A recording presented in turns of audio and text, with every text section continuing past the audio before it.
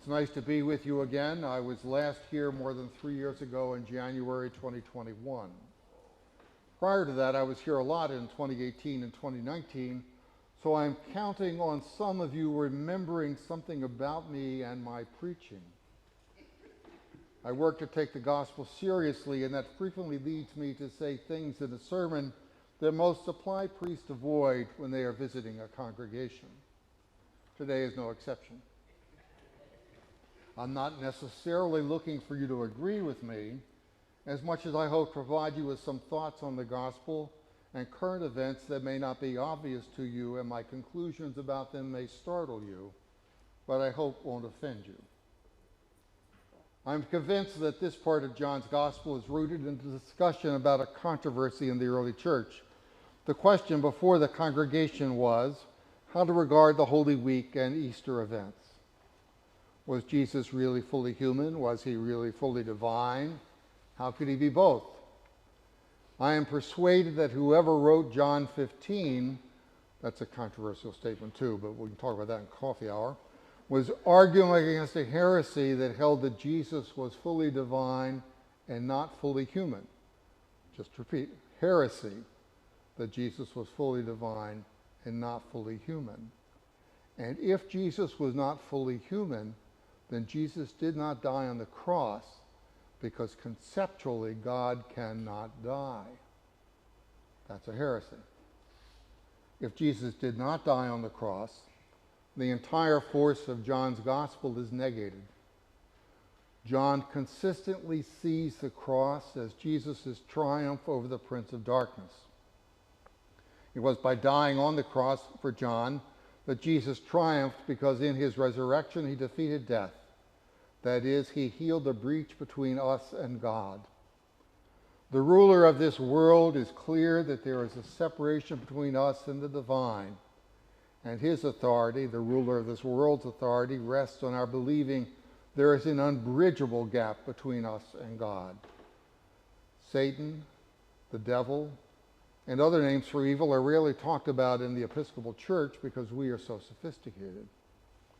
But using the 4 titles for evil that I have, Prince of Darkness, ruler of this world, Satan, and devil, I hope has the advantage of making it easier for you to see our lives as a struggle.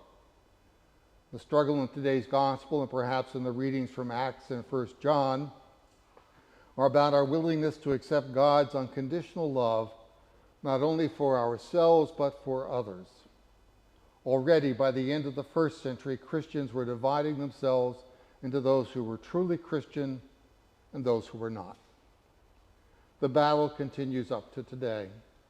One cannot have been an Episcopalian for very long without realizing that individuals, clergy, churches, and even dioceses have split from us because they deem our Christianity and practice of religion to be fatally flawed. They are clear that to continue to walk with us would threaten their correct view of what God demands. This continues so much that when the primates gathered in Lambeth with the Archbishop of Canterbury, most of the African dioceses stayed away because we ordain gay people.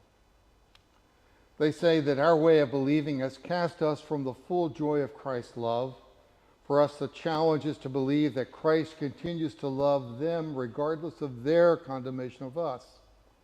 That is always the hardest path for a Christian to take, the path of loving those who have rejected us.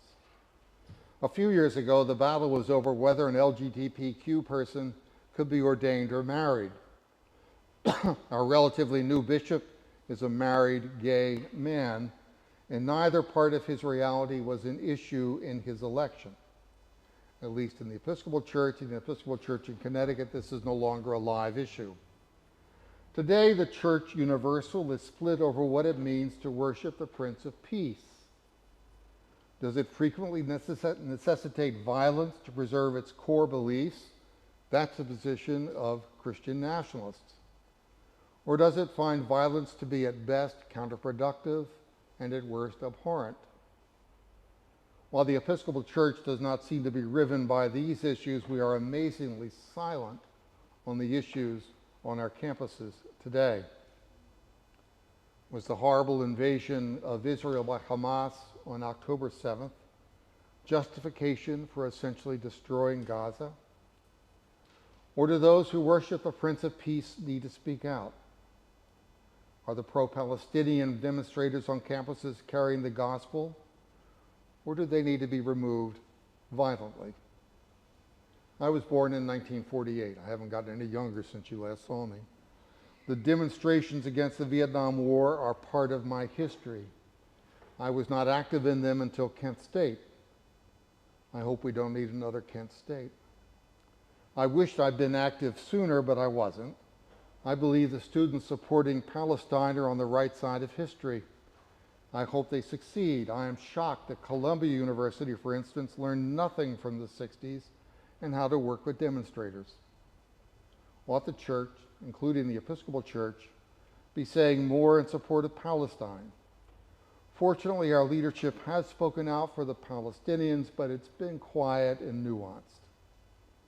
I recognize that we are quiet for many reasons.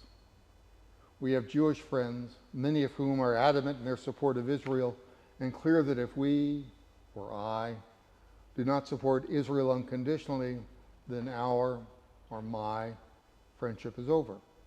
I've been told that face to face. It seems to me that we are left with horrible personal choices, especially for me since I live in Westport, and Westport is 1/3 Jewish. The gospel seems clear. I've spent time in Palestine with Christians and Muslim Arabs, so I've long supported their issues, but the reality is murky. How do we resolve the dialectic between a murky reality and a clear gospel?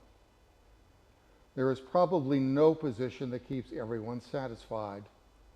In today's gospel, we are called to love. Love never includes killing people, any people, but especially those who are innocent, and many innocents are dying. One of the failings of Christianity as practiced by us is the appeal always to do what is moderate or conservative, lest we lose some members. Likewise, practicing a moderate or conservative Christianity assumes that liberal Christianity, like me, are either so committed that we won't leave, or that we are really just surplus Christians. I'm against being moderate or conservative on social issues. For 22 years, I led a nonprofit that developed shelters and, more importantly, supportive housing in Westport. One of our slogans was, "Norwalk is not the solution to Westport's homeless problem." Nothing would have happened had I apologized for caring for homeless people, and I never did. Instead, we fought, persuaded, and persevered to create a large local nonprofit that persists to this day, 14 years after I retired.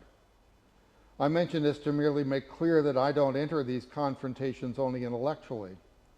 I've been accused by many of destroying neighborhoods and especially of threatening the one true God of Westport, property values. Politicians, even liberal ones, hoped that I would not make housing an issue for them because it would cost them the support of moderates. I did. The agency thrived, mostly on private donations from Westport, and the agency continues today. Christianity calls for us to be lead on social justice. Enough about me.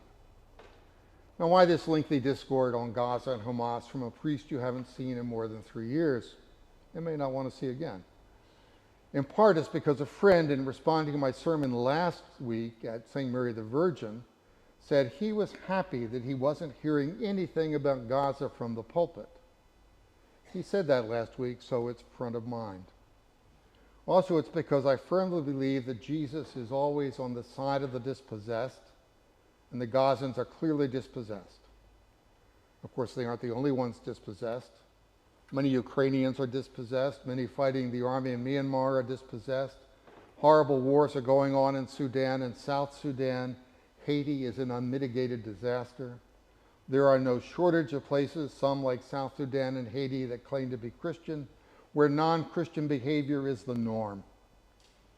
Gaza has captured our imagination and attention. It deserves both. It doesn't deserve it uniquely, but it deserves it.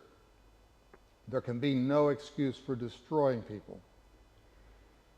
On Friday night, my wife and I watched the documentary on Amazon, Silver Dollar Road.